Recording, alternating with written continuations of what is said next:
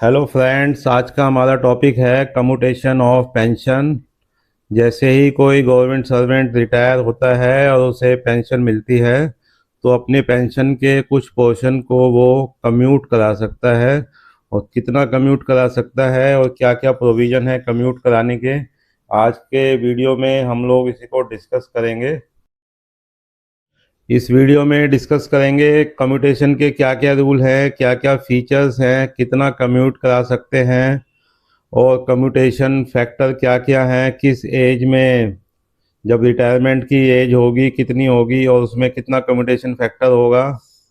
और उसी को किसी एग्जाम्पल के माध्यम से समझेंगे कि कितना अमाउंट आएगा कम्यूट कराने का, कितने परसेंटेज पे, और उसके बाद पेंशन पे क्या फ़र्क पड़ेगा, और कम्यूटेशन में जो पैसा मिलेगा इस पे इनकम टैक्स के क्या प्रोविज़न है, ये सारा आज की वीडियो में हम लोग डिस्कस करेंगे। सबसे पहले देख लेते हैं provision of commutation of pension for government employees. Every pensioner is eligible to commute a percentage of his monthly pension for a lump sum payment. मतलब वो कुछ परसेंटेज अपनी पेंशन का कम्यूट करा सकता है, इकट्ठा ले सकता है। Commutation of pension is governed bye CCS commutation of pension rules 1981। जो कम्यूटेशन ऑफ पेंशन कराने का प्रोविज़न है इसका rule CCS commutation of pension rules 1981 में इसके प्रोविजंस हैं। उसके आधार पर एक गवर्नमेंट सर्वेंट, खासकर सेंट्रल गवर्नमेंट सर्वेंट, 40% अपनी पेंशन का कम्यूट करा सकता है। जितनी उसकी पेंशन बनी है उसका 40% वो कम्यूट करा सकता है। The amount is determined by commutation factor based on the employee's age और next birthday at the time of retirement. जब भी वो रिटायर होगा, वीआरएस लेगा, तो उस टाइम पर उसकी जो नेक्स्ट बर्थडे पर उसकी जो एज होगी उसके बेस पे कम्यूटेशन फैक्टर अप्लाई करके उसका कम्यूटेशन अमाउंट ड्राइव किया जाता है। आगे देखेंगे इसको एग्जाम्पल के हिसाब से। अभी आप ये समझ लीजिए कि मैक्सिमम 40% जो पेंशन बनती है उसको कम्यूट करा सकता है कोई भी गवर्नमेंट सर्वेंट जिसको पेंशन मिलती है। अब कम्यूट कराने के कुछ फीचर्स हैं जो मैं आपके साथ डिस्कस करूंगा कि an employee can commute a portion of pension up to 40%। जिसकी जितनी पेंशन बनी है उसका 40% वो कम्यूट करा सकता है। मान लो किसी की पेंशन 50,000 है तो वो उसका 40% मतलब 20,000 को कम्यूट करा सकता है। वो उसकी पेंशन में से 15 साल के लिए काट दिए जाते हैं। लेकिन अगर किसी की एम्प्लॉइज़ के अगेंस्ट कोई रिटायरमेंट के टाइम पर डिसिप्लिनरी प्रोसीडिंग या क्रिमिनल प्रोसीडिंग्स चल रही है, उसको कम्यूटेशन के एलिजिबल नहीं माना जाता जब तक कि वो उस प्रोसीडिंग्स का कोई रिजल्ट आउटकम नहीं आता, तो उसके बाद ही वो कम्यूट करा सकता है। और अगर वो 1 साल के बाद कराएगा तो इसमें फिर उसका मेडिकल एग्जामिनेशन होता है, और 1 साल से पहले पहले कोई मेडिकल एग्जामिनेशन नहीं होता। ये बाद में डिस्कस करेंगे। लमसम पेमेंट मिलती है जब भी कम्यूट कराएगा रिटायरमेंट के टाइम, तो उस टाइम को ना कोई मेडिकल होगा ना कुछ होगा, सीधा उसको अप्लाई करना है और मैक्सिमम 40% तक अपनी पेंशन को कम्यूट करा सकता है। ये मैंने बता ही दिया। मेडिकल एग्जामिनेशन नहीं होता। अगर 1 साल तक हम लोग ऑप्शन दे देते हैं अपनी पेंशन को कम्यूट कराने का तो सीधा उसको मिल जाती है। Pension restoration, the commuted portion of monthly pension is restored after 15 years from the date the commuted value was received. जब भी वो पैसे कम्यूटेशन के रिटायरमेंट के बाद मिले तो उसको 15 साल तक वापसी किया जाता है। ये इसका प्रोविज़न है। लेकिन अभी एक कोर्ट का वर्डिक्ट भी आया था 12 साल उसको करने का, उस पर अभी विचार चल रहा है, उस पर कोई डिसीजन आया नहीं है। तो अभी वो 15 साल वाला ही प्रोविज़न अभी उसको ही लागू है। तो जो भी कम्यूट कराएगा पेंशन 40% तक, वो 15 साल तक उसको कट के मिलेगी पेंशन, ये याद रखना है। नेक्स्ट है पेंशन रिवाइज आफ्टर कम्यूटेशन। अगर किसी पेंशनर की पेंशन इंक्रीज होती है बाय वे ऑफ पे रिवीजन या बैक डेट से कोई प्रमोशन मिल जाती है उसको रिटायरमेंट से, या कोई रुका हुआ बेनिफिट मिलता है, तो वो अपने डिफरेंस को, कम्यूटेशन के डिफरेंस को भी क्लेम कर सकता है। नेक्स्ट है no deduction from family pension. अगर किसी पेंशनर की मृत्यु हो जाती है 15 साल से पहले, तो उसकी जो फैमिली पेंशन बनेगी उसमें इसका कोई इम्पैक्ट नहीं आएगा, कोई रिकवरी नहीं होती। इसका सबसे अच्छा प्रोविज़न यही है कि पेंशनर की मृत्यु अगर 15 साल से पहले हो जाती है तो फैमिली पेंशन में इसका कोई फ़र्क नहीं पड़ता। applies to government employees. This rule specifically apply to central, state, other government employees having similar regulation। जहाँ पेंशन का प्रोविज़न है और जहाँ सीसीएस रूल्स लागू होते हैं वहाँ सभी जगह ये कम्यूटेशन ऑफ पेंशन के रूल भी लागू होते हैं। Commutation factor, the commutation factor is determined by the age of employ next birthday. जितना भी कम्यूटेशन का अमाउंट है वो एम्प्लॉय जब उसकी रिटायर हो रहा है उसकी नेक्स्ट बर्थडे जो आएगा, जैसे आज मान लो रिटायर हो रहा है तो नेक्स्ट बर्थडे जब उसकी एज होगी कितनी होगी उसके हिसाब से जो कम्यूटेशन फैक्टर अप्लाई किया जाएगा और फिर उसकी जो कम्यूटेशन अमाउंट ड्राइव किया जाएगा, कितना उसको पैसा मिलेगा कम्यूटेशन के अगेंस्ट, तो वो उससे निकाला जाएगा। टेबल में आपके साथ शेयर करूँगा नेक्स्ट उसमें। अब commuted value of pension CVP इसको बोलते हैं। इसको निकालने का फॉर्मूला है CVP is equal to commuted portion of pension into commutation factor into 12। ये टेबल दी हुई है। अब जैसे मान लो कोई एम्प्लॉय 60 साल में रिटायर होगा, नेक्स्ट बर्थडे उसका 61 में होगा, नेक्स्ट बर्थडे को उसकी एज 61 साल होगी, तो उसका कम्यूटेड फैक्टर लगेगा 8.194। इसमें टेबल में एज दी हुई है, जैसे 41 में 9.075, जब 20 साल होगा 9.188, 40 में 9.090। तो ये कम्यूटेशन फैक्टर हैं, इसको 12 से मल्टीप्लाई किया जाता है और कम्यूटेड पोर्शन को इससे मल्टीप्लाई किया जाएगा, तो तीनों को मिला के जो अमाउंट आएगा that will be CVP commuted value of pension. मतलब एक एम्प्लॉय अगर मान लो किसी की पेंशन जितनी भी होगी उसका 40% मैक्सिमम कम्यूट करा सकता है, वो यहाँ पे आ जाएगा। जैसे मान लो किसी की 50,000 है और वो मान लो 40% कराएगा तो 20,000 आ जाएगा commuted portion into commutation factor. Commutation factor इस टेबल से देख लेंगे कितनी एज में है। जनरली 60 में होता है, कोई वीआरएस ले लेगा तो उसकी एज अलग होगी, या कोई जिसने लेट ज्वाइन किया है और 10 साल की सर्विस कर ली, मैक्स मिनिमम क्वालिफाइंग 10 साल सर्विस हो जाएगी तो उसको भी पेंशन मिलेगी। तो उस टाइम कितनी एज होगी वो देखा जाएगा और फिर कम्यूटेशन फैक्टर से अप्लाई किया जाएगा, इनटू 12 से मल्टीप्लाई किया जाएगा, तो फिर ये उसकी कम्यूटेशन वैल्यू ऑफ पेंशन आ जाएगी जो उसको लमसम मिल जाएगी। अब एक एग्जाम्पल के माध्यम से समझ लेते हैं कम्यूटेशन अमाउंट कितना होगा। An official retires with a pension of 40,000. He commutes 40% of his pension. Calculate commutation amount। कोई एम्प्लॉय है उसकी पेंशन 40,000 रुपये बनती है और वो 40% अपनी पेंशन का कम्यूट कराना चाहता है, तो ये अमाउंट कितना बनेगा। अब इसको कैलकुलेट कर लेते हैं। पहला कॉलम है पेंशन, उसको डिफरेंट एज में हम लोग देखेंगे कितना कितना बनेगा। तो पहला अगर मान लो 40,000 उसकी पेंशन अभी हमने देखी है तो 40% वो कम्यूट कराता है। 40% हो गया उसका 16,000, 40,000 का 40% निकालेंगे तो वो 16,000 रुपये कम्यूटेड अमाउंट हो गया। मतलब 16,000 रुपये को वो कम्यूट कराएगा। और एक फर्स्ट केस में उसकी एज मान लो नेक्स्ट बर्थडे को 45 ईयर्स है, तो 45 एज में जो कम्यूटेशन फैक्टर है वो है 8.996। अब इन तीनों को मल्टीप्लाई करेंगे, देखिए किसको 16,000 इंटू 8.996 इंटू 12, जो हमारा फॉर्मूला है सीवीपी जो मैंने नीचे लिखा हुआ है, commuted portion into commutation factor into 12। Commuted portion हो गया 16,000, कम्यूटेशन फैक्टर 45 की एज में हो गया 8.996 इंटू 12, इन तीनों को मल्टीप्लाई करेंगे तो आएगा 17,27,232। तो ये अमाउंट उसको एज ए कम्यूटेशन पेंशन कराने पर मिलेगा। सेकंड केस देख लेते हैं।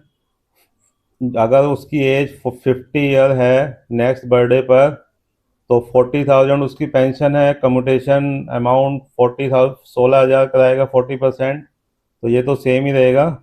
अगर उसकी उस टाइम एज नेक्स्ट बर्थडे पर 50 साल है, तो अब कम्यूटेशन फैक्टर 8.846 लगेगा, और अब तीनों को मल्टीप्लाई करेंगे 16,000 इंटू कम्यूटेशन फैक्टर 8.846 इंटू 12, तो ये अमाउंट आएगा 16,98,432। ऐसे ही नेक्स्ट देख लेते हैं जो सबसे इम्पोर्टेंट है। कोई आदमी 60 साल में रिटायर होता है, तो उसकी नेक्स्ट बर्थडे को एज आएगी 61 साल।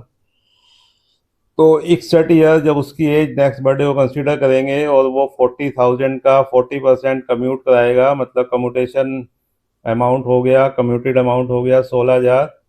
नेक्स्ट बर्थडे को एज हो गई 61, और कम्यूटेशन 61 में आएगा 8.194। जनरली सबके लिए जो 60 साल में रिटायर होते हैं यही फार्मूला लगता है। 40%, अगर 40,000 पेंशन का 40% कम्यूट कराएगा 16,000, और कम्यूटेशन फैक्टर्स 8.194 इंटू 12, अब इन तीनों को मल्टीप्लाई करेंगे तो अमाउंट आएगा 15,73,248 रुपये। अब आप देखेंगे जैसे जैसे एज बढ़ती जाएगी तो कम्यूटेशन फैक्टर ये कम होता जाता है। तो जितनी जल्दी कम एज में कम्यूट कराएगा, कोई VRS लेगा 45, 46 या 50 तक, तो कम्यूटेशन अमाउंट का फैक्टर ज़्यादा होता है, और जैसे जैसे उसकी एज 60 के आसपास जाएगी तो उसका कम्यूटेशन फैक्टर कम होता जाएगा। और तीसरा, अगर 60 के बाद मान लो किसी के पास कोई केस बना हुआ था, कोई विजिलेंस प्रोसीडिंग थी, उसको कम्यूटेशन उस टाइम पर नहीं मिला 60 पर, तो जब उसका वो उस केस से बरी होगा या उसका फैसला आएगा, तो उसके बाद उसको जब भी 60 साल के बाद कम्यूट तो वो कभी भी करा सकता है, 62 में कराएगा, 65 में कराएगा, तो उसके बाद उसको एक मेडिकल फिटनेस सर्टिफिकेट लेना पड़ेगा कॉम्पिटेंट अथॉरिटी से। अगर वो मेडिकल फिटनेस नहीं होगी तो उसको कम्यूटेशन का फैक्टर 60 जब 1 साल की सर्विस रिटायरमेंट का पीरियड हो जाएगा उसके बाद उसको नहीं मिलेगा। तो कॉम्पिटेंट अथॉरिटी से अप्रूवल लेना ज़रूरी है, एक ऑथराइज पर्सन से मेडिकल फिटनेस सर्टिफिकेट। अगर रिटायरमेंट के 1 साल बाद आपने कम्यूटेशन करा रहे हैं, कोई नॉर्मल आदमी भी अगर कोई रिटायरमेंट पे कम्यूटेशन नहीं लेता, नॉर्मल पेंशनर, और वो चाहता है कि मैं 2 साल बाद कम्यूटेशन लूँ, तो उस कंडीशन में भी उसको एक मेडिकल फिटनेस सर्टिफिकेट एक ऑथराइज कॉम्पिटेंट अथॉरिटी से लेना पड़ेगा, उसी के बाद ही उसको कम्यूटेशन का फ़ायदा मिलेगा। तो ये ध्यान रखने वाली बात है कि अगर आप रिटायरमेंट के टाइम पर ही कम्यूटेशन करा लेते हैं तो आपको कम्यूटेशन का सारा फ़ायदा मिल जाएगा और आपको कोई मेडिकल सर्टिफिकेट लेने की आवश्यकता नहीं है। लेकिन अगर आप 1 साल के बाद उसको कराएंगे, कम्यूटेशन का डिसाइड करेंगे कि मैं अब कम्यूटेशन करा लूँ, तो उस कंडीशन में आपको एक मेडिकल फिटनेस सर्टिफिकेट आपको लेना पड़ेगा कॉम्पिटेंट अथॉरिटी से, तभी ये आपका कम्यूटेशन अमाउंट अप्रूव होगा। तो ये ध्यान रखने वाली बात है। अब एक एग्जांपल समझते हैं कि कम्यूटेशन कराने के बाद पेंशन पे कितना इसका इफेक्ट आएगा।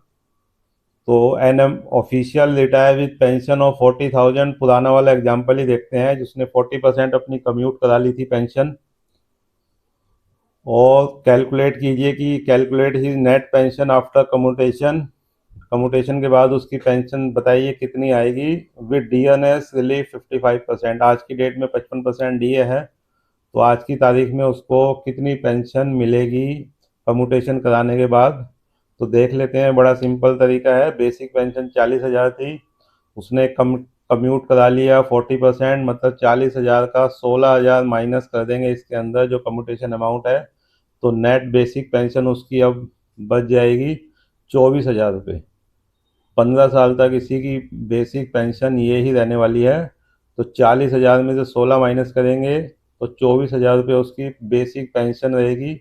इसके ऊपर उसको डियरनेस रिलीफ है 55%। अब ये कहाँ पे मिलेगा?